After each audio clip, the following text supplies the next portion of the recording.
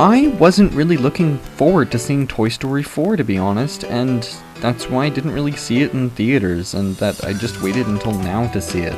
You know, I just felt that Toy Story 3 was just a really good ending note for the saga, and even at that, it was really similar to Toy Story 2 in a lot of plot points. And having seen Toy Story 4, I can say that although that feeling remains true, there is still plenty of material that I did end up loving.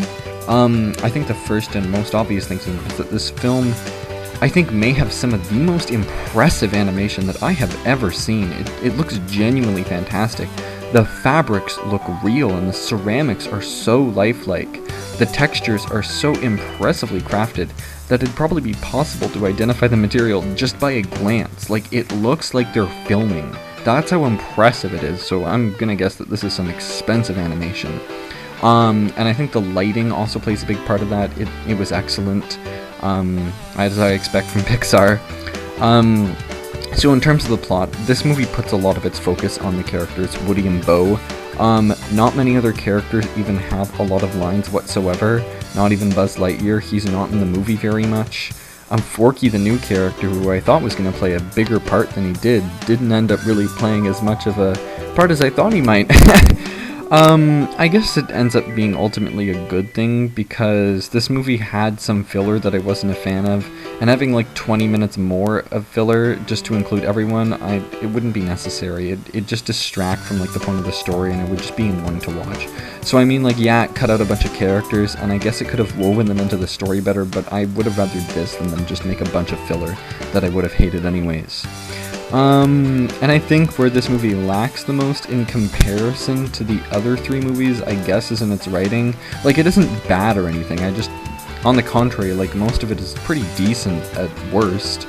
Except some scenes, but we'll get to that.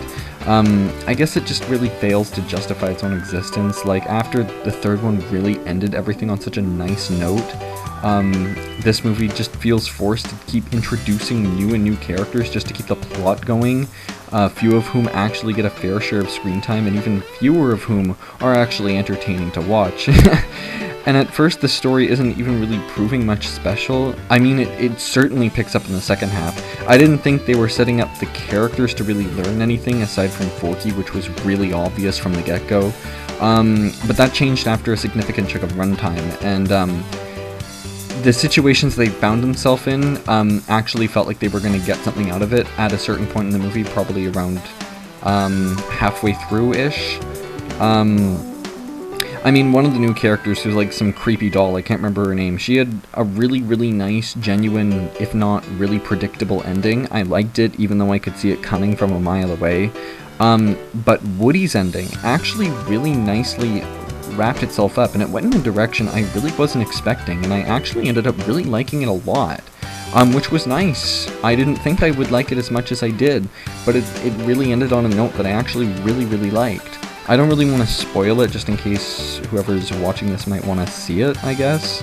Like, the ending in general might not be as great as Toy Story 3, because this one's more bittersweet, but I almost kind of like it that way, because narratively speaking, it almost fits the character better, but I guess Toy Story 3 fit everybody in better, and it's supposed to be a yay toys, go happy franchise for kids. But this movie was surprisingly dark, and I mean, on that note, I guess there was some humor too. Like, again, it just seemed dark for a kids movie, and although it was never cringe-inducing, I never really found myself thinking it was funny. Just kind of distracted from the pacing of the movie. There's these two puppets from like those things that you throw darts at that you could win as a prize, and they were probably the most annoying characters in the movie, and they kept making jokes about killing a poor old woman, and I didn't really understand the appeal of it because it was just so out of the blue. Like, I'm all for dark humor, but this just really didn't fit into the narrative. The sequences of action were actually really well crafted. They were very well shot and planned, and they were exciting to watch. And of course the voice acting was really good, and the music was decent. The new song wasn't particularly special, I guess. Overall, I did think Toy Story 4 was a pretty good movie. I mean, there's plenty of like about it, even when they rehashed an already treaded road, and the ending was pretty well earned. The pacing could have been more streamlined, I guess, even if it wasn't really anything all that special, especially in comparison to Pixar's whole catalog.